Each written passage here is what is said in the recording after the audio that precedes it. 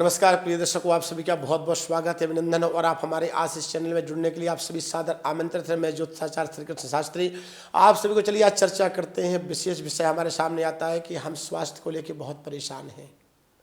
तो स्वास्थ्य को लेकर के परेशान होने का सबसे मुख्य कारण क्या होता है? क्योंकि हमारी गृह बाधा हमारे स्वास्थ्य के लिए सबसे बहुत हानिकारक होती हैं और सबसे महत्वपूर्ण होता है। शास्त्र में कहा जाता है कि जैसा खाएंगे अन्न तैसा होगा मन, और जैसी खाएंगे आप माया वैसी होगी आपकी काया। तो आखिर ये देखिए कि आपके घर में धन आगमन का रास्ता कैसा है और जहाँ धन पकाया जाता है रसोई कौन सी दिशा में, क्योंकि हमारे ग्रह में वास्तु दोष का सबसे ज़्यादा प्रभाव हमारे शरीर में पड़ता है। इस बात का ध्यान रखिएगा। हमारा अच्छा खासा स्वस्थ शरीर, और वैसे भी शास्त्र में लिखा है कि शरीर माध्यम खरु धर्म साधनम। यदि शरीर हमारा संपन्न स्वस्थ है तो हमारे लिए कोई भी मार्ग कठिन नहीं है, परंतु यदि हमारा शरीर ही स्वस्थ नहीं साथ है तो हम कोई भी मार्ग में सफल नहीं हो सकते कदापि। इसलिए शरीर को मजबूत रखिए, प्रसन्नचित रखिए। तो इसके लिए सबसे महत्वपूर्ण है कि चलिए चर्चा करते हैं, क्या आपके घर में भी कोई ऐसी गृह बाधा है? क्या आपके घर में भी ऐसी जगहों पे लेटरिन बाथरूम या किचन बनेंगे जो आपके लिए बहुत हानिकारक है, आपके लिए बहुत ही महत्वपूर्ण विषय है? तो ध्यान रखिए कि कभी भी ईशान और अग्नि कोण में लेटरिन बाथरूम नहीं होनी चाहिए। यदि आपके घर में ईशान और अग्नि कोण में है तो आपको बता दें कि ईशान कोण कौन सा होता है और अग्नि कोण कौन सा होता है। तो पूर्व और उत्तर के कोने में यदि आपकी यहाँ पे लेटरिन बाथरूम बनी है तो आप जीवन में हमेशा परेशान रहेंगे। पेट को लेकर कब्ज बनेगी, घर में कलेश होकर स्वास्थ्य को लेकर परेशानियां बनती रहेंगी। इस बात का सदैव ध्यान रखिएगा। यदि दक्षिण और पूर्व के कोने में लेटरिन बाथरूम बनी है तो आपके शरीर में जलन होगी, आपको रक्त से संबंधित बीमारी होगी क्योंकि अग्निकोण होता है, और आपके शरीर में एलर्जी इन्फेक्शन जैसी बीमारियां ग्रह गलेश बनाएंगी और कैंसर जैसी बाधा से भी आपको जूझना पड़ सकता है। इस बात का विशेषता ध्यान रखिए, क्योंकि रक्त से संबंधित बीमारियां उसी व्यक्ति को ज्यादातर होती हैं जिनकी लेटरिन बाथरूम दक्षिण और पूरब के कोने में होती हैं। और स्वास्थ्य से संबंधित परेशानियों का सबसे बड़ा कारण है कि यदि आपकी किचन कहीं उत्तर और दक्षिण के कोने में है, उत्तर के और पश्चिम के कोने में है, या दक्षिण या पश्चिम के कोने में आपकी किचन है, तो भी आपको जीवन में बहुत हानि होगी। आपको भोजन करने के बाद अभी अजीब सी घबराहट होगी, मानसिक तनाव बनेगा, क्रोध उत्पन्न होगा और शरीर शिथिल होने लग जाएगा, कमजोर, क्योंकि गलत दिशा में किचन होने से जो हम भोजन पकाते हैं उसमें विषैले पदार्थ उत्पन्न होते हैं और गृह वास्तु दोष उत्पन्न होता है जो आपके स्वास्थ्य के लिए बहुत हानिकारक होता है और आपके लिए बहुत ही नुकसानदेह भी होता है। यह ग्रह क्लेश भी बढ़ाता है, शरीर को ढीलापन देता है, घर में वह बाधाएं डालता है जो हमारे लिए उचित नहीं है, और कई जगह हमारी बुद्धि विपरीत दिशा में चली जाती है।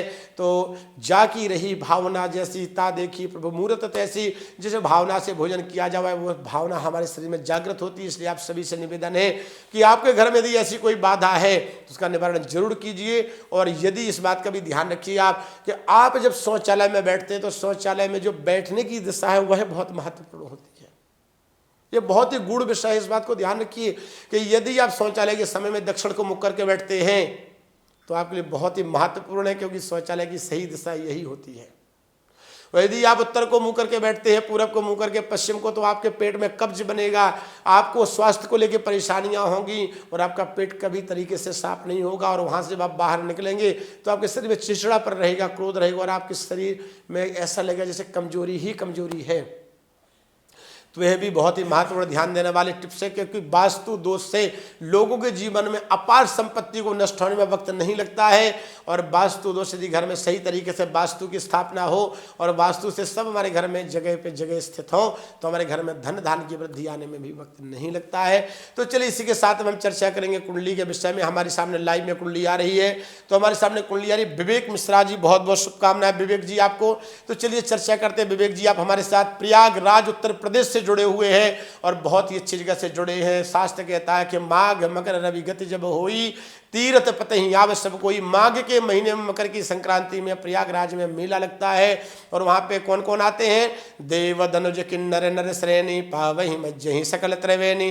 देव दनुज किन्नर सुर असुर चराचर सभी आते हैं और ऐसे प्रयागराज में आप बैठ करके तो भगवान की माँ गंगा की त्रिवेणी की गोद में बैठे हुए तो भगवान आपको कल्याण मस्तु और आप जीवन में तरक्की करें। तो चलिए विवेक मिश्रा जी चर्चा करते हैं आपकी कुंडली के विषय में। आपकी डेट ऑफ बर्थ हमारे सामने आई है 20/11/1980, समय आपका 5:30 शाम का है और प्रयागराज से हैं आप, शुक्ल पक्ष की त्रयोदशी में आपका जन्म हुआ है, अश्विनी नक्षत्र मूलों में आप पैदा हुए हैं, गुरुवार के दिन आपका जन्म हुआ। तो चलिए चर्चा करते हैं कि आपकी कुंडली क्या कहती है। वैसे प्रयागराज में रहने वाले बच्चे विशेषतः आईएएस पीसीएस की तैयारी में बड़े माहिर होते हैं, क्योंकि वहाँ की जलवायु अच्छी होती है और वहाँ का वातावरण बहुत ही मायने रखता है।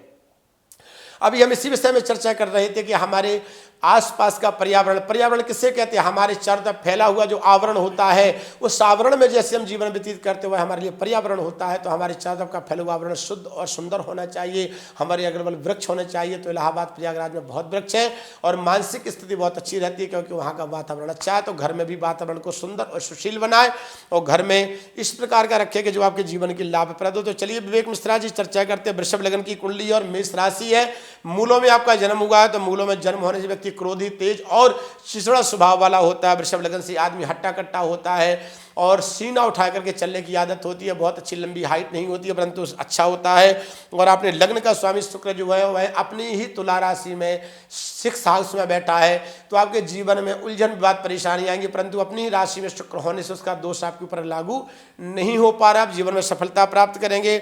और आपका प्रश्न है कि मैं सरकारी नौकरी में कैसे निकल पाऊंगा और मुझे आईएएस पीसीएस बनना है तो बन पाऊंगा या नहीं, और कब तक। तो चलिए चर्चा करते हैं कि आपको आईएएस पीसीएस को लेकर के देखते हैं। तो आपकी कुंडली में आईएएस पीसीएस के लगभग योग निकल चुके हैं और आपका 80 का वर्थ है। तो अब आपका प्रश्न है कि मैं व्यापारिक क्षेत्र में किस क्षेत्र में सफलता प्राप्त कर पाऊंगा। चलिए विवेक मिश्रा जी आपको बता दें कि व्यापारिक क्षेत्र का जो स्वामी हुआ शनि आपके 10th हाउस में से व्यापार देखा जाता है और वहाँ का जो व्यापारिक क्षेत्र का कारक है बुध, 6th हाउस से बड़ा व्यापार में आपको बहुत अच्छी सफलता मिलने वाली नहीं है।